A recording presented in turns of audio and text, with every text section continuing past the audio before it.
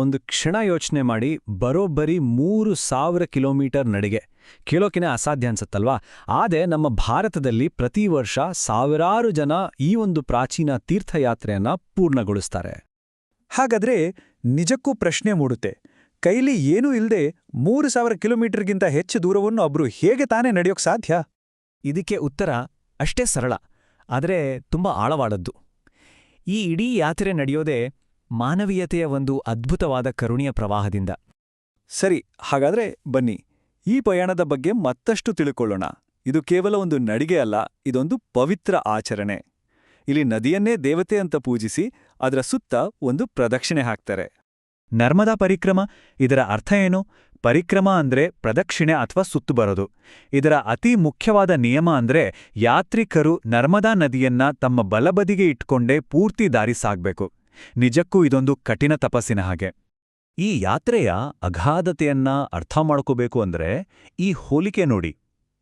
ಒಂದು ಕಡೆ ಪೂರ್ಣ ಪರಿಕ್ರಮ ಅಂದ್ರೆ ಸುಮಾರು 3,000 ಕಿಲೋಮೀಟರ್, 3ರಿಂದ 4 ವರ್ಷ ಬೇಕು.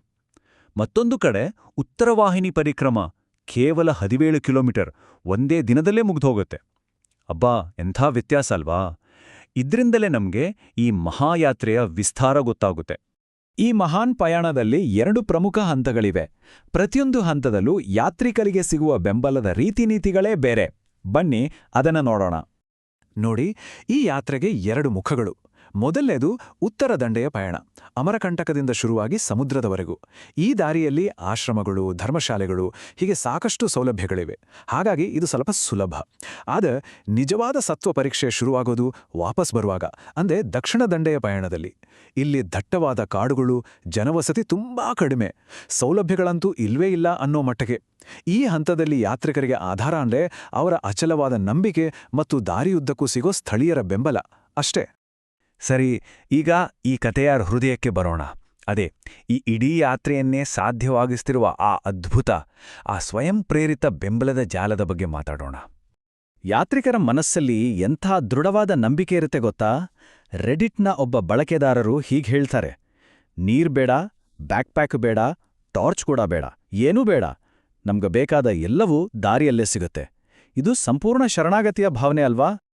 ಹಾಗಾದ್ರೆ ಆ ಸ್ಥಳೀಯರು, ಆ ಗ್ರಾಮಸ್ಥರು ಏನೆಲ್ಲ ಕೊಡ್ತಾರೆ? ಕೇವಲ ಊಟ, ನೀರು, ಆಶ್ರಯ ಮಾತ್ರನಾ? ಇಲ್ಲ, ಅದಕ್ಕೂ ಮೀರಿದ್ದು. ಹಸಿವಾದಾಗ ತಿಂಡಿ, ಪೂರ್ತಿ ಊಟ, ಬಾಯಾರಿದಾಗ ತಂಪಾದ ಮಜ್ಜಿಗೆ, ಶರ್ಬತ್ತು, ದಣಿದಾಗ ಮಲಗೋದಕ್ಕೆ ತಮ್ಮ ಮನೆಗಳಲ್ಲೇ, ದೇವಸ್ಥಾನಗಳಲ್ಲೇ ಜಾಗ ಕೊಡ್ತಾರೆ. ಅಷ್ಟೇ ಅಲ್ಲ, ಸುಡು ಬಿಸಿಲಲ್ಲೇ ಬಿಸಿ ಬಿಸಿ ಭಜ್ಜಿ, ಐಸ್ ಕ್ರೀಂ ಕೂಡ ಕೊಡ್ತಾರಂತೆ. ಯಾರಿಗಾದ್ರೂ ಹುಷಾರಿಲ್ಲ ಅಂದ್ರೆ ವೈದ್ಯಕೀಯ ಸಹಾಯ, ನದಿ ದಾಟಬೇಕಾದ್ರೆ ದೋಣಿಯ ವ್ಯವಸ್ಥೆ. ಅವರ ಔದಾರ್ಯಕ್ಕೆ ನಿಜಕ್ಕೂ ಕೊನೆಯೇ ಇಲ್ಲ. ಮತ್ತು ಈ ಎಲ್ಲಾ ಸೇವೆಗಳ ಹಿಂದಿರೋ ಭಾವನೆ ಏನು? ಅದನ್ನ ಈ ಒಂದು ಮಾತು ಸಂಪೂರ್ಣವಾಗಿ ಹಿಡಿದಿಡುತ್ತೆ. ಯಾರಾದ್ರೂ ಯಾತ್ರಿಕರು ಹಣ ಕೊಡೋಕ್ ಹೋದ್ರೆ ಅವ್ರು ಹೇಳ್ತಾರಂತೆ, ದಯವಿಟ್ಟು ಹಣ ಕೊಟ್ಟು ನಮ್ಮನ್ನು ಅವಮಾನಿಸಬೇಡಿ. ಯಾಕಂದ್ರೆ ಅವರ ದೃಷ್ಟಿಯಲ್ಲಿ ಇದು ವ್ಯಾಪಾರವಲ್ಲ, ಸೇವೆಯೂ ಅಲ್ಲ. ಇದು ಅವರ ಒಂದು ಪವಿತ್ರ ಕರ್ತವ್ಯ, ನರ್ಮದಾ ಮಾತೆಗೆ ಸಲ್ಲಿಸೋ ಭಕ್ತಿ. ಈ ಒಂದು ಔದಾರ್ಯದ, ಈ ಒಂದು ನಿಸ್ವಾರ್ಥ ಸೇವೆಯ ಪರಿಸರವನ್ನ ನಾವು ಇನ್ನೊಂದು ಸಣ್ಣ ವಾರ್ಷಿಕ ತೀರ್ಥಯಾತ್ರೆಯಲ್ಲಿ ಇನ್ನೂ ಚೆನ್ನಾಗಿ ನೋಡ್ಬೋದು. ಬನ್ನಿ ಅದ್ರ ಬಗ್ಗೆ ನೋಡೋಣ. ಮೊದಲು ಉತ್ತರವಾಹಿನಿ ಅಂದ್ರೆ ಏನು ಅಂತ ತಿಳ್ಕೊಳ್ಳೋಣ. ಸಾಮಾನ್ಯವಾಗಿ ನದಿಗಳು ದಕ್ಷಿಣದ ಕಡೆಗೆ ಹರಿಯುತ್ತೆ ಅಲ್ವಾ? ಆದರೆ ಕೆಲವು ಕಡೆಗಳಲ್ಲಿ ನರ್ಮದಾ ನದಿ ತನ್ನ ದಿಕ್ಕನ್ನು ಬದಲಿಸಿ ಉತ್ತರಕ್ಕೆ ಹರಿಯುತ್ತೆ. ಇದು ಬಹಳ ಅಪರೂಪದ ಮತ್ತು ಅತ್ಯಂತ ಮಂಗಳಕರವಾದ ವಿದ್ಯಮಾನ.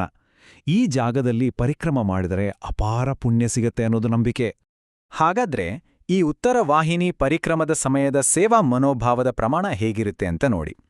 ಗುಜರಾತಿನ ಈ ಕೇವಲ 17 ಕಿಲೋಮೀಟರ್ ಮಾರ್ಗದಲ್ಲಿ ಚೈತ್ರ ಮಾಸದ ಉತ್ಸವದ ಸಮಯದಲ್ಲಿ 100ಕ್ಕೂ ಹೆಚ್ಚು ಆಶ್ರಮಗಳು ಒಂದಾಗಿ ಸಾವಿರಾರು ಯಾತ್ರಿಕರಿಗೆ ಸೇವೆ ಸಲ್ಲಿಸೋಕೆ ಸಿದ್ಧವಾಗಿರ್ತವೆ.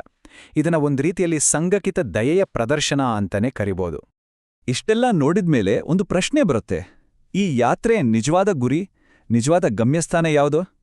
ಕೇವಲ 3,000 ಕಿಲೋಮೀಟರ್ ದೂರವನ್ನ ಪೂರ್ಣಗೊಳಿಸೋದಷ್ಟೇನಾ? ಖಂಡಿತ ಇಲ್ಲ. ಈ ಪರಿಕ್ರಮ ಅನ್ನೋದು ಕೇವಲ ನೆಲದ ಮೇಲಿನ ಒಂದು ದೈಹಿಕ ಪ್ರಯಾಣ ಅಲ್ಲ. ಅದಕ್ಕಿಂತಾನೂ ಹೆಚ್ಚಾಗಿ ಇದು ಜನರ ಹೃದಯಗಳ ಮೂಲಕ ಸಾಗೋ ಒಂದು ಪಯಣ. ಅಪರಿಚಿತರಲ್ಲಿ ದೇವರನ್ನ ಕಾಣುವ, ಮಾನವೀಯತೆಯ ಮೇಲೆ ನಂಬಿಕೆ ನೀಡುವ ಒಂದು ಅದ್ಭುತವಾದ ಅನುಭವ. ಈ ಅನುಭವದ ವಿಸ್ಮಯವನ್ನ ಸಫರ್ ವಿತ್ ಸಾಶಾ ಅನ್ನೋ ಬ್ಲಾಗ್ನಲ್ಲಿ ಬಂದ ಈ ಮಾತುಗಳು ಎಷ್ಟು ಚೆನ್ನಾಗಿ ಹೇಳುತ್ತೆ ನೋಡಿ. ಪರಿಕ್ರಮವಾಸಿಗಳ ಬಗ್ಗೆ ಸ್ಥಳೀಯರ ನಿಸ್ವಾರ್ಥ ನಡವಳಿಕೆಗಳು ನಮ್ಮನ್ನ ಮಂತ್ರಮುಗ್ಧರನ್ನಾಗಿಸಿದವು. ನಾವು ಮೂಕ ವಿಸ್ಮಿತಲಾಗ್ಬಿಟ್ವಿ. ಇದುವೇ ಈ ಯಾತ್ರೆಯ ನಿಜವಾದ ಶಕ್ತಿ.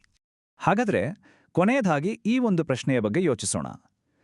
ಬರೋಬ್ಬರಿ 3000 ಕಿಲೋಮೀಟರ್ ಉದ್ದದ ಒಂದು ತೀರ್ಥಯಾತ್ರೆ ಬಹುತೇಕವಾಗಿ ಅಪರಿಚಿತರ ದಯೆ ಮತ್ತು ನಿಸ್ವಾರ್ಥ ಸೇವೆಯಿಂದಲೇ ಪೂರ್ಣಗೊಳ್ಳುತ್ತೆ ಅಂದ್ರೆ ಅದು ಆ ಇಡೀ ಸಮುದಾಯದ ಬಗ್ಗೆ, ಆ ಜನರ ಬಗ್ಗೆ ಮತ್ತು ಒಟ್ಟಾರೆಯಾಗಿ ಮಾನವೀಯತೆಯ ಬಗ್ಗೆ ನಮ್ಗೇನನ್ನು ಹೇಳುತ್ತೆ?